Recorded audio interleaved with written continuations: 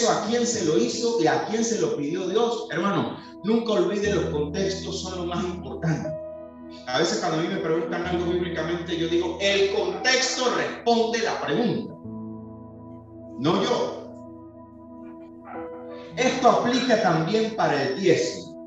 Nunca antes se pidió diezmo. Hermano Melquisedec, escuchen.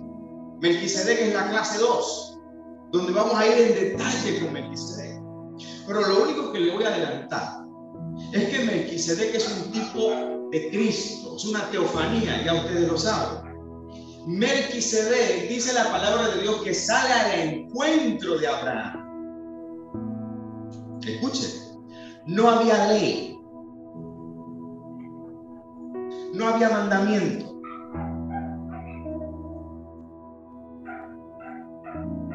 En todos los pueblos antiguos había el sentido de la honra más elevado de lo que usted se imagina.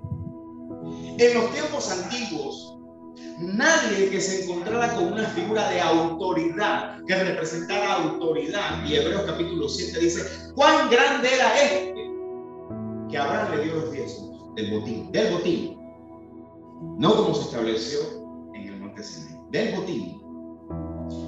Melquisedec no pidió diezmos. Escuche, cuando usted vaya a ver conmigo esa enseñanza, de la segunda parte, usted va a ver que primero Melquisedec bendice primero a Abraham antes de que Abraham le dé el 10% del botín. Primero el Señor le dio a él. Escucha, hermano. No hubo mandamiento, no hubo una razón mandatoria de parte de Dios para el diezmo de Melquisedec. No lo hubo. Dios no le pidió eso a Abraham. Dios no le pidió eso a Abraham. Escuche. Cuando la nación de Israel recibe mandamiento de Dios para el diezmo y para el sábado. Cuando salen con mano poderosa y el Señor le dice, por esta razón ustedes van a guardar sábado. ¿Y por qué razón Dios le está pidiendo un tributo? ¿Usted sabe qué es un tributo? Escúcheme, hermano, el diezmo no es una ofrenda, usted ya lo sabe, ¿verdad? Es algo obligatorio, mandatorio. ¿Cuánto le sacan a usted por seguro social, seguro educativo? ¿Usted sabe el robo que nos hacen a nosotros aquí en este país? Usted va al seguro y no hay medicina. Usted va al seguro a atenderse y las máquinas están dañadas. Me tocó llevar a mi papá al seguro, la máquina dañada una y otra vez. ¿Sirve o no sirve? No sirve para nada. El que puede tiene que obligatoriamente ver cómo paga una clínica. ¿Es verdad o mentira? Dígale al gobierno que usted no puede, ya no va a pagar más. Dígale que no puede. Respóndame, ¿usted puede trabajar en una empresa si no le sacan el impuesto? No puede. Las empresas las cierran si no le descuentan los impuestos que tiene que sacar. El 10% que se le pide a la nación de Israel es, hermano, escuchen, es un impuesto. ¿Sabe qué significa un impuesto? Es algo obligatorio. ¿Sabe por qué Dios hace esta petición a la nación de Israel? ¿Por qué establece eso? Porque Israel hace pacto con Dios en el Sinaí. Y es en el Sinaí donde la nación de Israel se establece como nación. Escuchen. Antes del Sinaí, la nación de Israel no era un pueblo escogido todavía. No era pueblo escogido. Tengo los versículos. Escuche esto. Antes de la nación de Israel llegar al monte del Sinaí, escuche. ¿Usted sabe cómo le llamaban a los descendientes de Adán después del diluvio? No le llamaban israelitas, no le llamaban judíos. Todas estas son cosas que usted necesita saber. Le llamaban semitas, por Sem. Por eso los tres hijos de Noé, Sem, Cam, Jafet. La descendencia buena era la de Sem. Le llamaban semitas. A José, cuando fue comprado, lo compraron como un semita. Así se le llamaba a José, el semita. No eran una nación. Usted sabe cómo se le llamó a la nación de Israel. Después de llamarles semitas, le llamaban hebreos. ¿Sabe por qué? Por Abraham. Hebreos, por padre Abraham. Ya había ocurrido todo lo que el pueblo sabía acerca de Abraham, la promesa de Abraham. Y de Abraham sale Isaac, Jacob, las 12 tribus. Abraham fue un hombre grande. Se le llamaba hebreos por Abraham. Sé que muchos no saben estas cositas, son detalles. Cuando se le llama a ellos Jacob, es a partir de que el ángel de Jehová tiene la batalla con Jacob, valga la redundancia, ya no se llamará tu nombre Jacob, sino Israel.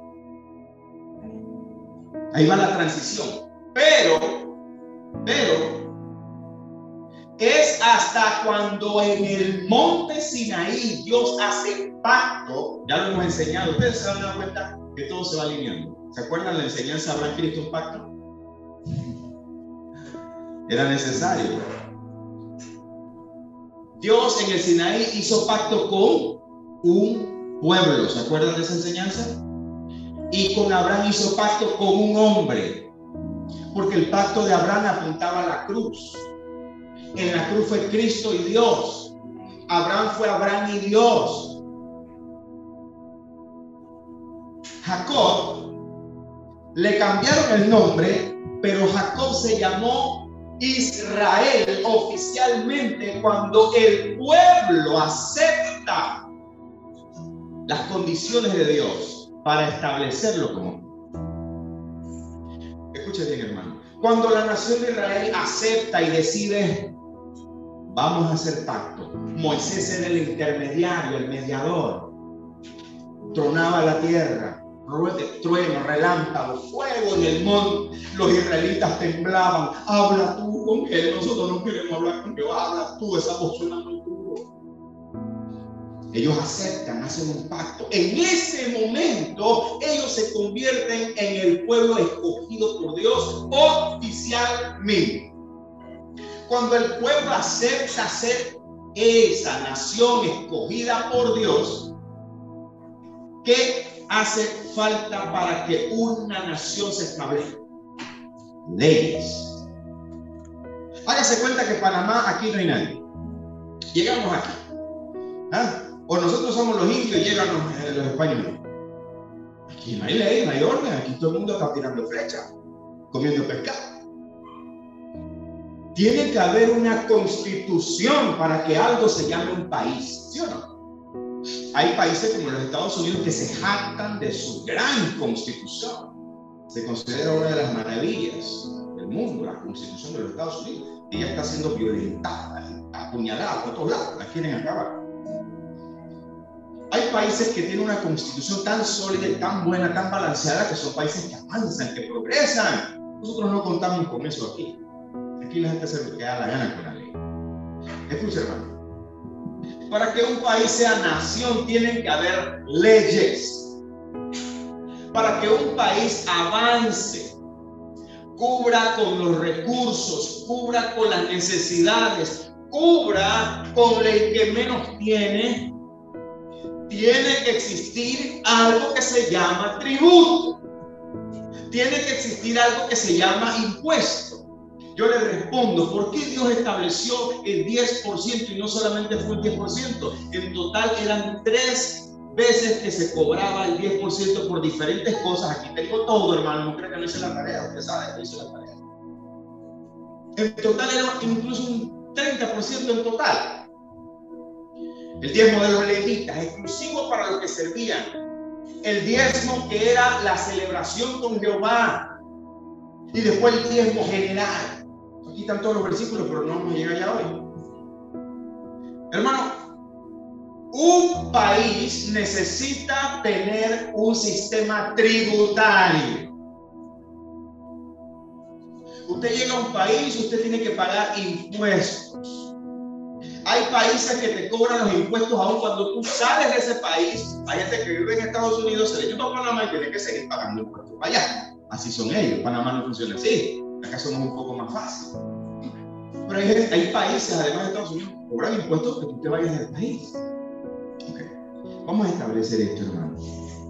El 10% se estableció porque Dios aceptó, Israel aceptó con Jehová que Jehová era su Dios y que ellos serían su pueblo. Son mi pueblo, necesitan leyes. Moisés, al monte, te voy a dar un mandamiento, te voy a dar la ley oral y vas a hacer esto y vas a establecer esto, porque ahora somos una nación oficial. Ellos aceptaron, yo acepté, vamos para adelante, Moisés. Eran millones de israelitas. Entiendan esto, porque esto va a ser necesario. Ustedes ven que estoy haciendo énfasis, ¿eh? Porque ahora en las conclusiones usted va a ver que este punto yo lo voy a usar para repartir palo. No se ría, hermano, no se ría. ¿Qué es palo con amor? Hermano, el diezmo es un impuesto. Repite, el diezmo es un impuesto. Para poder ser una nación. Eso es el diezmo. Eso es el diezmo, hermanos, que nadie lo confunda.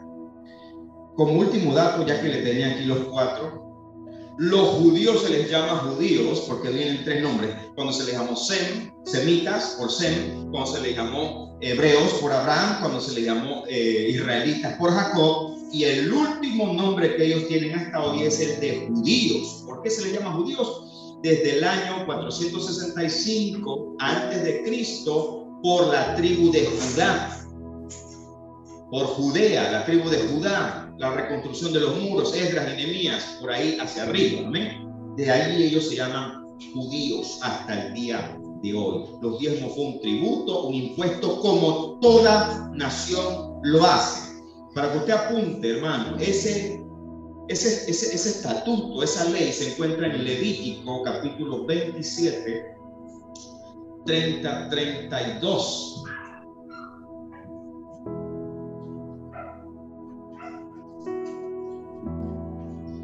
El versículo 30 dice: y el diezmo de la tierra,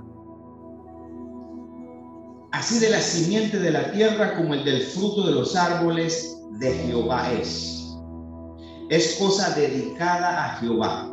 Si alguno quisiera rescatar algo del diezmo, añadirá la quinta parte de su precio por ello. 32. Y todo diezmo de vacas o de ovejas, de todo lo que pase por la vara, el diezmo será consagrado a Jehová. ¿Alguien tiene un interés por saber qué se trata eso de todo lo que pase por la vara? ¿Alguien le interesa? Amén. Un amén. Con Greg, gracias. Todo lo que pasa por la vara es que, recuérdense que se trataba de agricultores y de gente que tenía muchos ganados, ovejas, camellos, etc. Para las ovejas, ellos establecían la vara del pastor. Todas las que pasaban debajo de la vara contaban.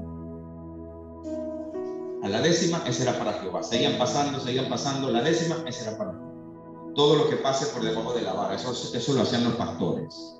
El versículo 34 dice, mucha atención: estos son los mandamientos que ordenó Jehová a Moisés para los hijos de Israel. ¿Dónde? En el monte de Sinaí. Pregunta: ¿para quién es este mandamiento? Para la nación de Israel. ¿Dónde se dio este mandamiento? En el monte Sinaí. Este mandamiento aplica para los gentiles que todavía no se vislumbraba su proyecto. ¿Existía la iglesia? No. No había ni siquiera una lucecita. Aquí estaba Dios estableciéndose como Dios para un pueblo. Tenemos que dejar algo muy puntual aquí. ¿Cuándo se establece la ley? ¿Cuándo se establece el tributo del diezmo? ¿Y cuándo se establece también el recordatorio del día de reposo? Porque vamos a matar 2 pájaros. Nehemías 9:14. Después de lo que los levitas en los días de Nehemías, a partir de Nehemías y Esdras, de aquí en adelante se le empezó a llamar judíos a los que antes se le llamaba israelitas. Estos levitas hicieron un gran clamor a Jehová. Declararon la grandeza de Jehová. Aproximadamente 10 levitas se levantaron allí en todo el capítulo 9. Usted lo puede leer en su casa si algún día se acuerda. Y va a ver ese clamor. Pero el versículo 13, fíjense lo que dice. Nehemías 9:13.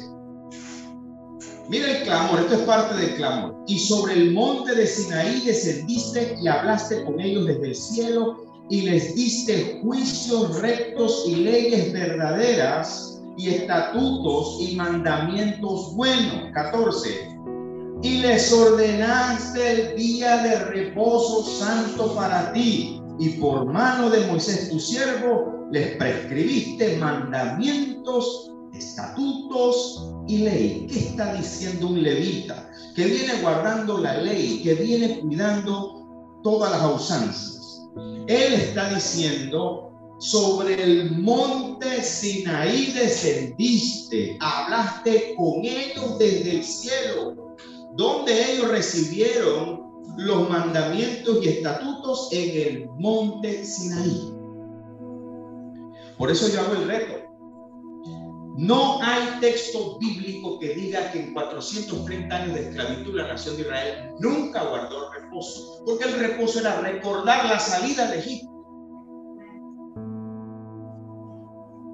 Usted no ve a Abraham guardando Sabbat. Usted no ve a Isaac guardando Sabbat.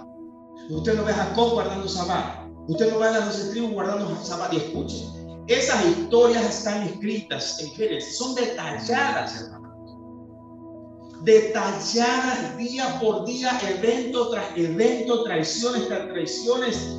Todo está detallado. No hay registro de guardar sábado en todos esos años. No hay registro. Porque el día de reposo es un día que se dedica para recordar la mano poderosa. Y el 10% o los diezmos que Dios estableció, los estableció porque Israel aceptó el pacto que ya Dios tenía propuesto con la nación de Israel. Amén. Gloria a Dios. Avanzamos. ¿Quién determina cuándo llega la ley en el Nuevo Testamento? O sea, ya yo le estoy hablando Antiguo Testamento. Vamos a ver que la palabra te confirme por el Nuevo Testamento. Aquí no estamos jugando. Si lo que yo le estoy diciendo lo tiene que confirmar la palabra por el Espíritu Santo en el Nuevo Testamento. ¿Sí o no? Vamos a jugar limpio aquí. ¿Quién determina cuándo llegó la ley? Vamos a ver cómo lo confirma el Nuevo Testamento. Gálatas capítulo 3, versículo 17. ¿Cuándo llegó la ley? ¿Cuándo llegó el sábado? Ya lo vimos en Nehemías y lo vimos ya. Por favor, no se olviden de estos versículos. Deuteronomio 5, Deuteronomio 5:15 y Nehemías son claves. Nehemías 9:14. Ahora, Nuevo Testamento, el Espíritu Santo confirmando dónde comienza la ley. Escucha, hermano, los hombres no determinan cuándo comienza la ley. Escuche. Ningún hombre, por más capricho, por más necesidades que haya en la iglesia. No, hermano, que hay que pagar la luz, ok. Que ella compró un piano, está bien. Pero yo no me voy a arriesgar a torcer la palabra de Dios para comprar el piano. Y lo necesito, no tengo piano. Hola, piano, no hay piano ahí. Ricky, ¿quiere tocar el piano? No hay piano, ¿ah? Porque lo que está en la transmisión dice que el piano debe estar del otro lado, hermano. Aquí no hay piano, aquí no hay piano, allá, acá. Todavía no hay, pero Dios lo va a suplir. Aquí las alabanzas se cantan con el corazón, ¿verdad? Escuche. ¿Quién determina? Escuche, hermano, por favor. No hay auto. Escuche. Puede ser el más grande apóstol. Puede tener toda la revelación que haya que él quiera inventar. Puede ser querubín, serafín. Puede visitar el tercer cielo más que el apóstol Pablo. No puede estar por encima de la palabra de Dios. No me importa si tiene 40, 50, 60 años en el ministerio. No me interesa si es el presidente de un concilio. No me interesa. La palabra de Dios es la que determina cuándo comienza la ley y cuándo termina la ley. O sea, usted no me va a venir a mí que no, porque es que necesitamos el piano. Vamos a enseñarle al pueblo a dar, señoras y señores. Vamos a ver si somos como los 10 leprosos. Vamos a ver cuál de los que ahora, cuando son libres de este yugo, que Cristo le llamó yugo, difícil de llevar, que ustedes ni con un dedo lo quieren mover. Porque esta palabra te va a hacer libre, pero Dios te va a poner a prueba tu corazón. Dios te va a poner a prueba. ¡Ay, soy libre! ¡Ay, chévere! ¡Ah! Tiene la ofrenda con un centavito ahí. Santo. Diga, yo no soy leproso. Yo sí me regreso a agradecer al que me hizo libre. Gálatas capítulo 3, versículo 17. Esto pues digo, dice el apóstol Pablo, lleno del Espíritu Santo. ¿Cuántos saben quién es Pablo? El apóstol de los gentiles. Dice Pablo, el pacto previamente ratificado por Dios para con Cristo, hablando de Abraham. Mire dónde dice que comienza la ley. La ley que vino 430 años después no lo abroga para invalidar la promesa. ¿Cuál promesa? La de Abraham. Porque Abraham y Cristo son un solo pacto. Esta enseñanza está disponible. Por el Espíritu Santo se establece que la ley llegó 400 años después de la promesa de padre Abraham. 430. Romanos 15, 14. Yo le dije, traiga bicicleta o caballo porque me va a tener que poner. Romanos 5, 14. No obstante, dice Pablo, reinó la muerte desde Abraham hasta Moisés. Aún en los que pecaron a la manera de la transgresión de Adán, el cual es figura de lo que habría de venir. ¿Por qué reinó la muerte desde Adán hasta Moisés? ¿Por qué? Por lo que estamos diciendo. Porque cuando llega el pacto con Dios y la nación de Israel en el Sinaí, en ese momento la ley comienza a determinar qué es pecado y qué no es pecado. La muerte reinó desde Adán hasta que llega la ley, porque ahora la ley dice esto es pecado, esto es adulterio, esto es idolatría, esto es fornicación, esto es esto, amarás a tu Dios sobre todas las cosas. La ley vence al pecado y condena al pecado, porque ahora no hay, ahora sí puede señalarse al que hurta, al que mata. Por eso reinó la muerte desde Adán hasta Moisés, porque con Moisés llega la ley.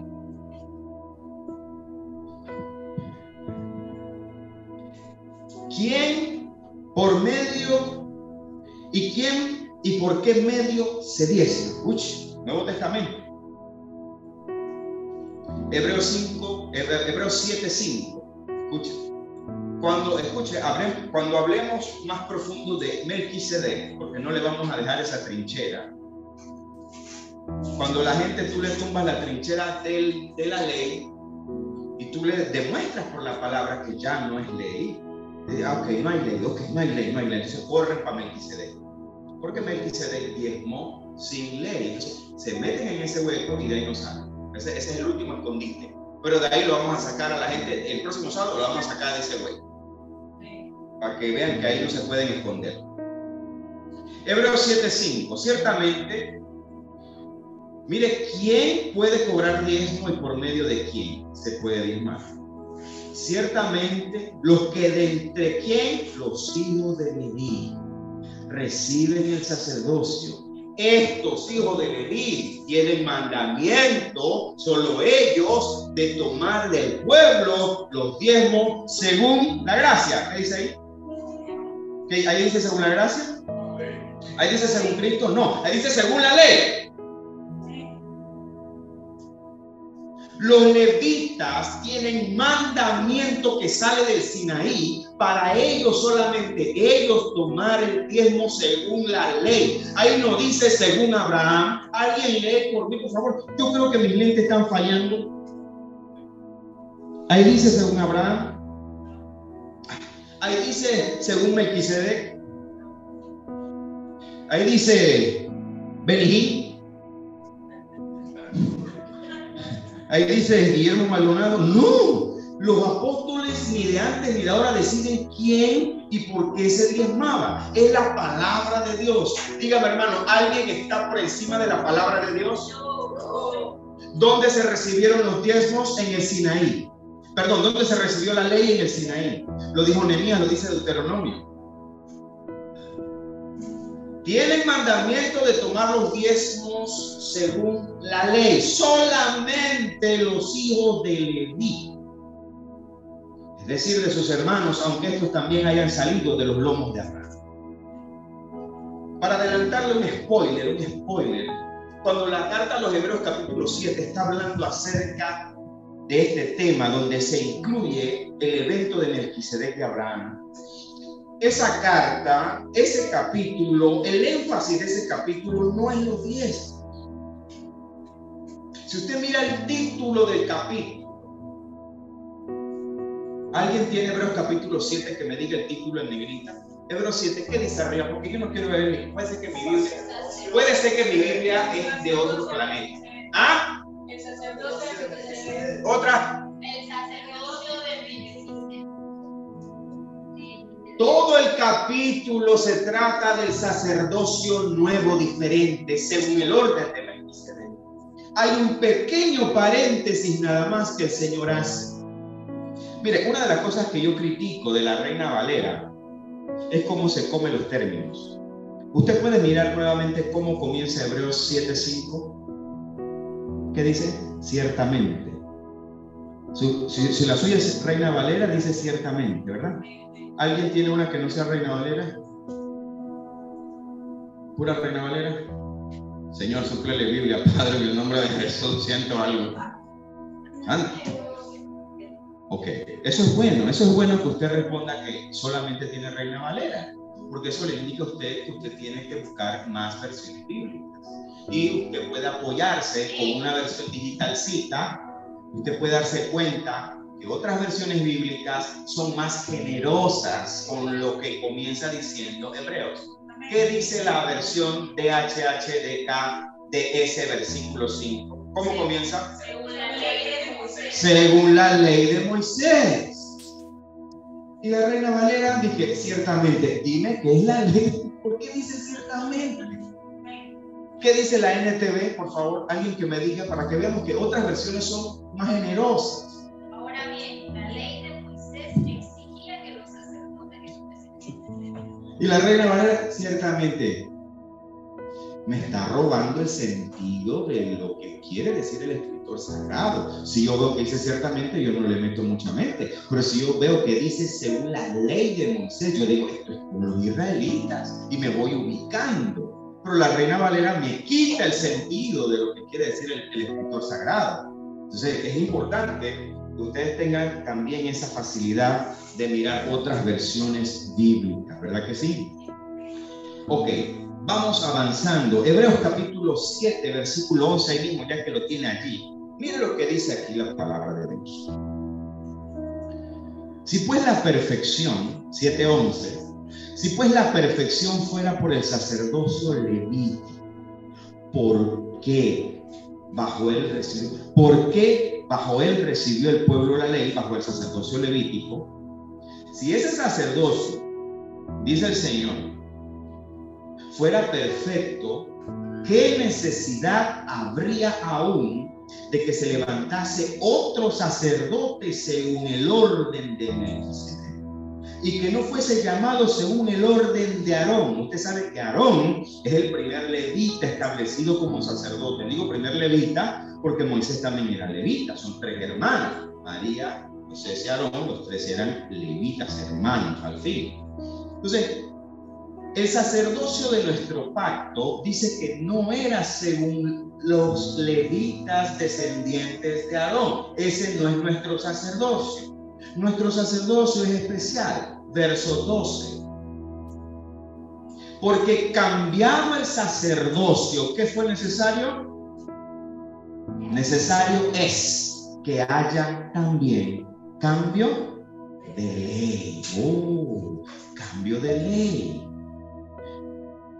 Verso 13. Y aquel de quien se dice esto es de otra tribu. Melquisedec, no, aquí se está hablando, mire lo que dice aquí, de la cual nadie sirvió al altar, porque manifiesto es que nuestro Señor vino de la tribu de Judá, del cual nada habló Moisés tocante al sacerdocio. Los que no han visto esas enseñanzas, pero saben aquí que nosotros explicamos por qué la necesidad de que nuestro Señor no fuese descendiente de Leví. Leví estaba manchado, ¿se acuerdan? La caída de Leví. Hay una enseñanza en el canal que se llama La caída de Leví. Muy exitosa, tiene muchos views.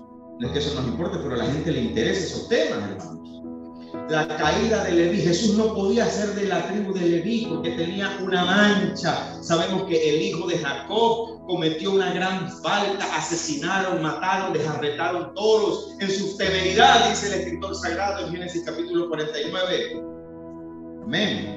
Jesús no podía ser de esa tribu, tenía que ser una tribu que no tuviese esa mancha, y por eso nuestro Señor es de la tribu de Judá, que nada tiene que ver con el sacerdocio levítico, hermanos. Porque ahora nuestro Señor no solamente sería nuestro Señor y Salvador, sino que Él sería el libertador de Israel. ¿Y sabe quién va a ser la tribu que irá al frente en ese tiempo final? Judá. Usted lo ve en el censo del Apocalipsis capítulo 7. Judá irá al frente. Y en las batallas del Antiguo Testamento, después de Moisés, Judá iba al frente, dice la palabra del Señor. Hermano, mire lo que dice Romanos capítulo 10, versículo 1 y 4. Todo aquí es versículo bíblico. Por favor, este texto yo quiero que usted lo encuentre conmigo. Romanos 10, del 1 al 4. Hermanos, dice Pablo, ciertamente el anhelo de mi corazón y mi oración a Dios por Israel. Mire que el apóstol de los gentiles está orando por Israel aquí, ¿eh? Y usted sabe que él no fue enviado a Israel, pero él en Romanos 10 y 11 aclara muchas cosas.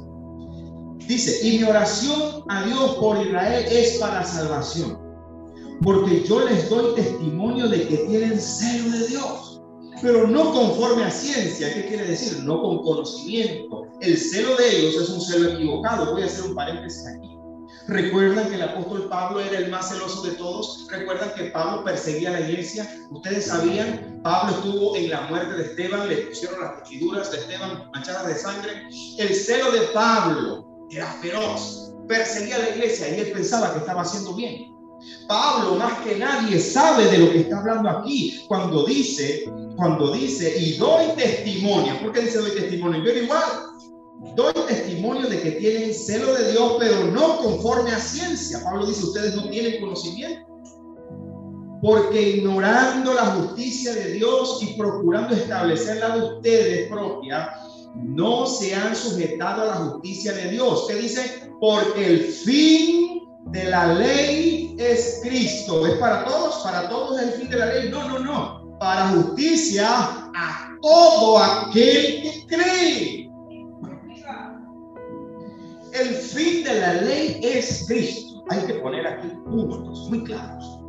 Hemos defendido aquí, peor que los judaizantes, la ley. Porque el mundo no puede quedar sin ley, lo hemos dicho cantidades de veces, cada vez que hablamos de estos temas. ¿Sí o no? El mundo no puede estar sin ley. Si el mundo está sin ley, gana Satanás. En tribulación y gran tribulación, contra lo que se va a levantar el anticristo más es contra la ley de Dios. Lo dice el profeta Daniel. El anticristo querrá cambiar la ley y los tiempos, mandamientos de Dios. El mundo sin ley no puede existir. ¿Por qué, hermanos? Porque la ley es la que hace que el mundo diga, necesito un Salvador, soy un pecador. La ley me ayuda a mí, dice Pablo, que si no fuera por la ley no conocería el pecado. Pablo dice, sin la ley, Romanos capítulo 4, sin la ley no conocería mi pecado. Entonces, cuando esto se enseña, hay que poner el balance, porque la gente dice, bueno, hermano, arrumba y parranda aquí, hermano. No. Precisamente Dios nos está probando, ¿verdad? Porque cuando la Biblia dice que a libertad fuimos nosotros llamados, según Gálatas 5, es sin libertinaje, hermanos.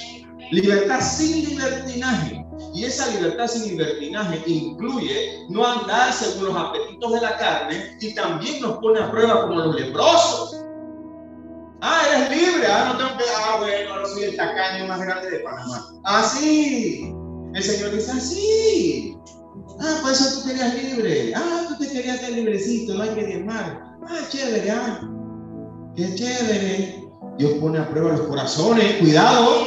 ¿Cuántos dicen amén? Diga, Señor, yo quiero ser agradecido por la libertad que tú me has dado, Señor. Yo quiero ser de los que regresan y agradecen. Aleluya. Viva el Señor. El fin de la ley es Cristo. Si todavía está en la carta a los romanos, hermanos, adelántese solo ahí en el 10. Fíjese que dice el versículo 19 y 20. ¿Ya llegó? También digo, dice Pablo, ¿no ha conocido esto Israel? Primeramente de Moisés dice, yo os provocaré a celos con un pueblo que no es pueblo, con un pueblo insensato os provocaré a ira. Isaías dice resueltamente, fui hallado de los que no me buscaban, usted y yo. Me manifesté a los que no preguntaban por mí. Pero acerca de Israel dice, todo el día extendí mis manos a un pueblo rebelde y contradictor. Esto también está en paralelo con Deuteronomio 32, 18, 25, amado hermano. La nación de Israel tiene un estigma, tiene una marca. Escuche, hermano. Que le quede muy claro que tanto el Antiguo Testamento, yo tengo mucho más textos, pero no los alcanzo a dárselos todos. Es en el monte Sinaí donde se establece una ley, porque es en el monte Sinaí donde Dios acepta al pueblo de Israel como un pueblo escogido. De ahí en adelante Dios los protege, los cuida, se caen, se levantan. Dios tiene un trato grande con ellos. Usted conoce la historia, aquí se les ha enseñado, hermanos. Pero fue en ese monte, no en Abraham. Lo que hizo Abraham con Melquisedec no era mandatorio. Escuche, hermano, no existía nación.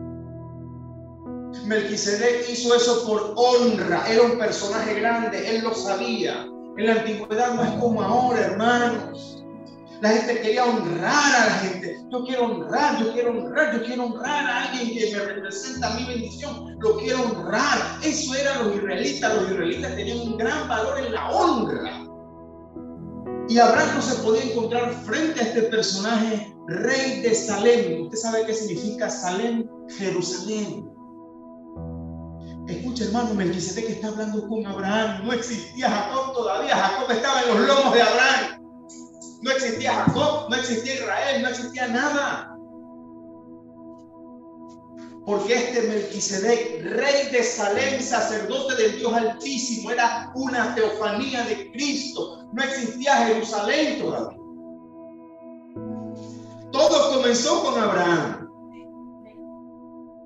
Abraham dio del botín.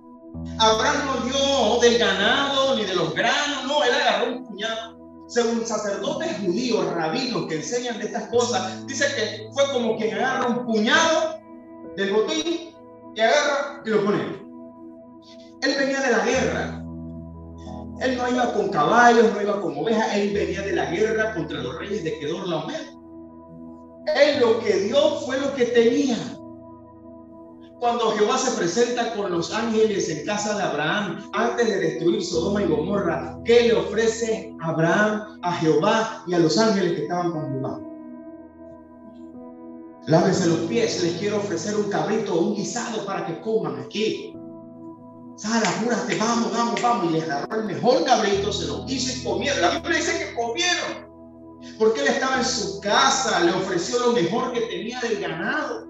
Abraham, con Melquisedec, agarró un puñado del botín y lo puso ahí porque era una honra para alguien grande, importante, que llegó ahí a bendecirlo con pan y vino, porque era una teofanía de Cristo. Por eso que los judíos no entienden el pan y el vino de Melquisedec, dicen que eso es un error. No existía la nación de Israel. No fue mandamiento de Dios. Dios no se lo pidió. Melquisedec no se lo pidió. Él agarró un puñado y lo puso ahí porque él necesitaba honrar a ese hombre. El pacto de Corbán de Jacob, que también ofreció diezmos, se llama el pacto de Corbán porque fue una decisión voluntaria. Fue un diezmo de miedo. Si tú me guardas, fue un diezmo con condiciones. No existía ley, no existía nación de Israel. Jacob tenía miedo de Saúl. Si me guardas en el camino. Habían condiciones, a Dios no se le pone condiciones, fue algo de él. Pero escucha, hermano, después de Abraham hacer ese diezmo para Melquisedec, nunca más lo hizo. Después de que Jacob hizo ese pacto con Dios y que ofrece el diezmo, nunca más lo hizo. No hay registro bíblico de que ninguno de las 12 tribus de Israel, ninguno hicieron eso. José, el gran José, que es un tipo del Mesías para Israel, José nunca lo hizo. Vamos cerrando con esto. Escuche esto, hermano, esto es muy poderoso, no se lo pierda. El diezmo es un tributo, como cualquier impuesto que se paga en cualquier país del mundo establecido como nación. Si usted se quiere ir para Haití, ese problema es suyo. Allá no hay ley. Había un presidente y lo bajaron. Yo no quiero ir para Haití. Aunque aquí no cumplen mucho las leyes, pero me quedo en Panamá más o menos. A veces aparecen los policías. Escuche. Este es el cierre de esta oportunidad. Permítame agua.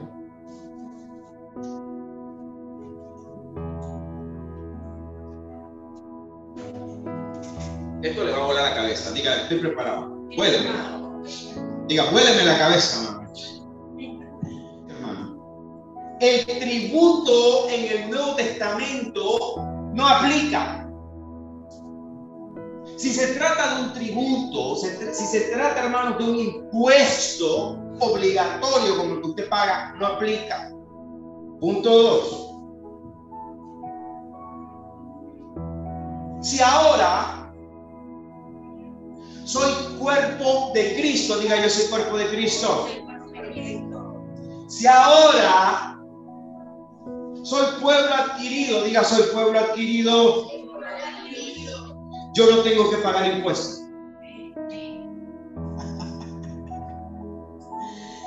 Antes de darle duro, escuche lo que dice Juan 18:36. Respondiendo Jesús: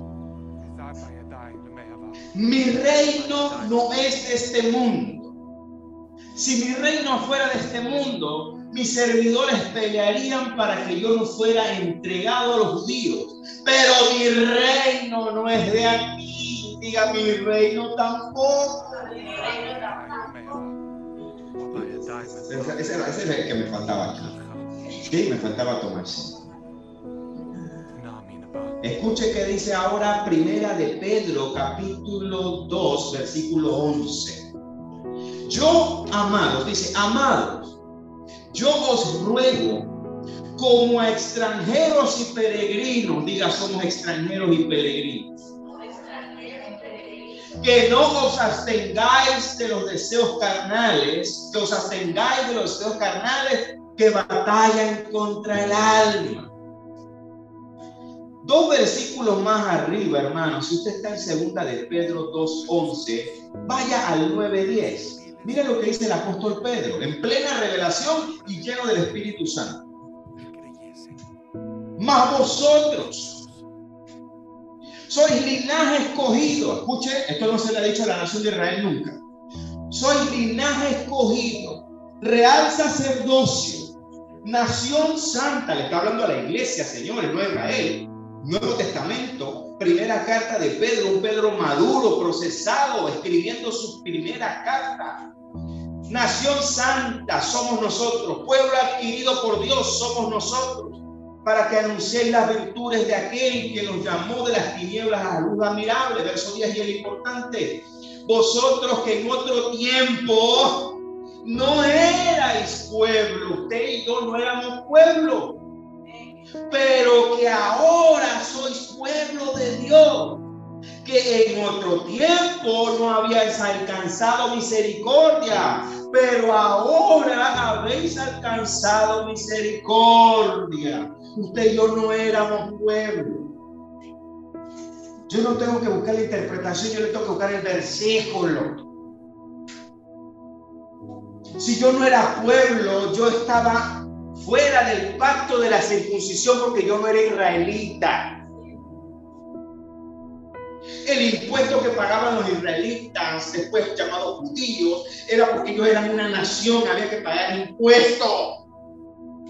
Era un tributo obligatorio, con sangre, con dolor. Cuando Jesús vio la viuda, hermanos, que daba la última que tenía y después de eso se iba a morir, ¿usted cree que Jesús la miró y dije, miren esa abuela, así es que se ofrenda, miren esa abuela?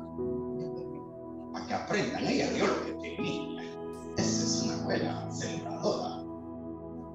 Así la mirarían hoy. Hoy las iglesias no ven a las ovejas como ovejas, la ven como cabezas de ganado. Y a veces le ponen la guerra y los marcan. Usted es mío, usted no se puede ir de aquí, porque si se va, usted es maldito. Porque parecen cabezas de ganado, no ovejas la gente ya. Mientras más mejor. Usted ve los ganaderos. Tengo 800 cabezas de ganado. Todo eso es mío. Así parece algunas iglesias. Mientras más grande, mejor. Pero no me sé el nombre ni de los tres que están ahí atrás. No sé nadie. No es como Pablo, que conoce a la abuela y a la mamá de Timoteo. Se perdió ese concepto de pastorado, hermano. Usted y yo no éramos pueblo. La nación de Israel era un pueblo, hermano. Nosotros, escuche bien, la diferencia entre Israel y nosotros es que ellos son un pueblo escogido. Nosotros somos un pueblo adquirido. Hermano, pero denme el versículo, sí. Deuteronomio 14:2, no se lo voy a leer. Deuteronomio 7, del 6 al 8. Bueno, le voy a leer el 14:2. Hablando de Israel, Deuteronomio 14:2. Porque eres pueblo santo a Jehová tu Dios. Y Jehová te ha escogido para que le seas un pueblo único entre todos los pueblos que están en la tierra. Eso fue lo que se le dijo a Israel. Eran un pueblo escogido. Hay más versículos, hermano. Deuteronomio del 7, capítulo 7, del 6 al 8 lo dice, amado hermano. Filipenses 3:18, usted me alcanza. Escuche, le repito el concepto. Si el 10% es un tributo y eran 3 diezmos, es un tributo, obligación, porque era una nación. Si usted es un pueblo ahora, pero es un pueblo adquirido, porque usted es cuerpo, yo quiero saber si usted es cuerpo de Cristo o usted es Israel. Decídase ahora. Le hago un reto. ¿Usted es cuerpo o es Israel? Decídase. ¿Usted es cuerpo? Tomasín es cuerpo. Vamos bien. Filipenses 3:18, 21. Mira lo que dice Pablo. Me encanta cómo Pablo arranca aquí, porque estamos hablando de personas que fuerzan versículos, porque, hermano, es más fácil Malaquías 3:8-10 que enseñarte a ofrendar y a dar al Señor con amor, con alegría. Es más fácil intimidarte con Malaquías 3:8 y decirte que vas a ser maldito. Maldito soy, si la Biblia dice que ninguna condenación hay para los que están en Cristo. O soy maldito o soy bendito. Yo quiero ser bendito. Pero ese versículo no es para mí, es para los sacerdotes de Israel, señores. Filipenses, Pablo dice, porque por ahí andan muchos igual que yo, de los cuales os dije muchas veces, y aún ahora lo digo llorando, dice Pablo, que son enemigos de la cruz de Cristo. Hermanos, hay mucha gente que cuando esto no se enseña bien, son enemigos de la cruz de Cristo, porque te tienen a ti metido en un pacto que no es tuyo, hermano. Llévalo a la cruz donde hay libertad.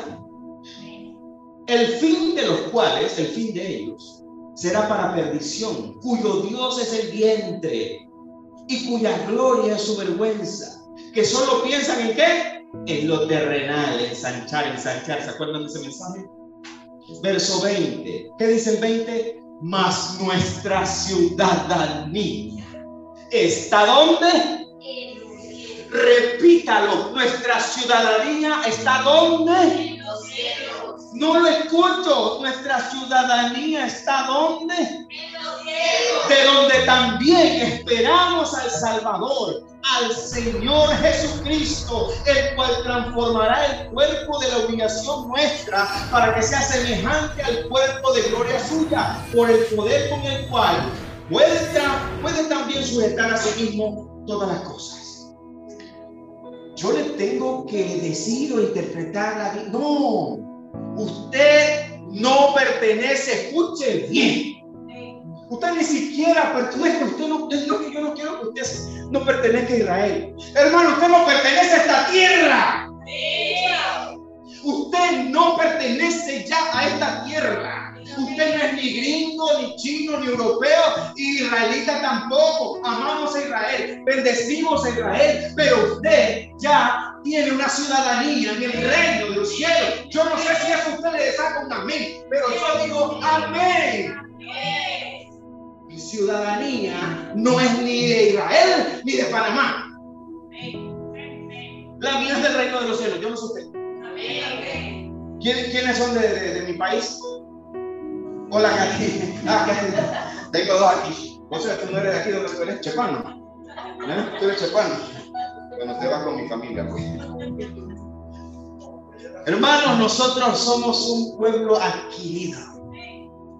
Cuando usted vio la historia de Ruth, en Ruth capítulo 4, no lo voy a leer hoy, pero en Ruth 4, 7, 13, yo le dije que esa historia representa a la nación de Israel, representa a los gentiles, ¿sabe? Cuando vos redime a esas dos mujeres, dice la palabra en ese texto, yo he adquirido, dice vos, la heredad de Noemí, y con lo de Noemí también adquirido a Ruth. Él las adquirió. Ellas no eran de él. Él las adquirió, las redimió. Se casó con Noemí y se casó con Ruth, y después primero tuvo descendencia con Ruth, igual que la nación de Israel va a tener descendencia después. Primero son los gentiles con Cristo, después entra Israel, porque la historia de Ruth y Noemí representa la nación de Israel en Noemí. Ruth es los gentiles nosotros, y vos representa a Cristo. Vos adquiere a esas dos mujeres, las redimió. Nosotros somos un pueblo adquirido. Nosotros somos linaje escogido, nación santa, pueblo adquirido por Dios, no escogido por Dios. Hermano, tome una decisión hoy. Nosotros somos linaje escogido, nación santa, pueblo adquirido por Dios, un pueblo celestial. Somos la Jerusalén de arriba, según el apóstol Pablo. Somos la que no tiene dolores de parto. Hermanos, si el 10% ese tributo fuera para nosotros, escuche esto, le voy a explotar la cabeza ahorita.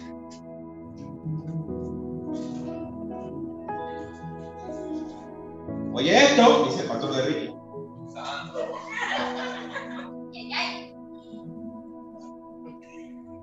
Si el 10% aplica a la iglesia, escuche esto que usted no lo va a escuchar en otro lado. Si el 10% es para el cuerpo de Cristo, significaría que el Señor nos estaría cobrando impuestos por ser parte de su cuerpo. Significaría que el Señor, por su misericordia, por amor, pagó con precio de sangre. Por gracia soy salvo. Si nosotros como cuerpo de Cristo tenemos que pagar un tributo, es como si Cristo dijera: ¿tú quieres ser hijo de Dios? Paga. ¿Tú quieres nación? ¿Tú quieres ser la Jerusalén de arriba? Tú tienes que pagar. Eso se ajusta al carácter de Dios. Qué duro es esta verdad. Cuando usted presenta eso de esa manera y usted entiende que nosotros no somos un pueblo como Israel, que todas las promesas de Israel son para la tierra. Ellos eran una nación, había que pagar impuestos porque había viudas, menesterosos, pobres. Los levitas tenían que comer de lo que daban las demás tribus, era una necesidad. Pero si nosotros aplicamos ese 10% al cuerpo de Cristo, la Jerusalén celestial, es como si Cristo le estuviera cobrando impuestos a usted. Y ese no es mi Señor. Ese no es mi Señor. Todo me lo dio por amor.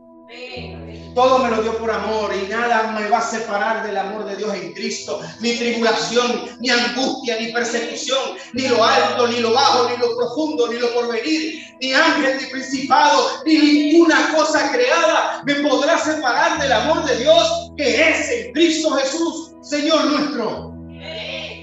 Y eso es por gracia. Eso es gracia. Gracia.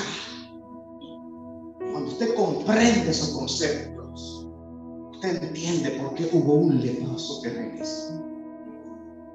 Hubo uno que regresó, entendiendo lo que era gracia.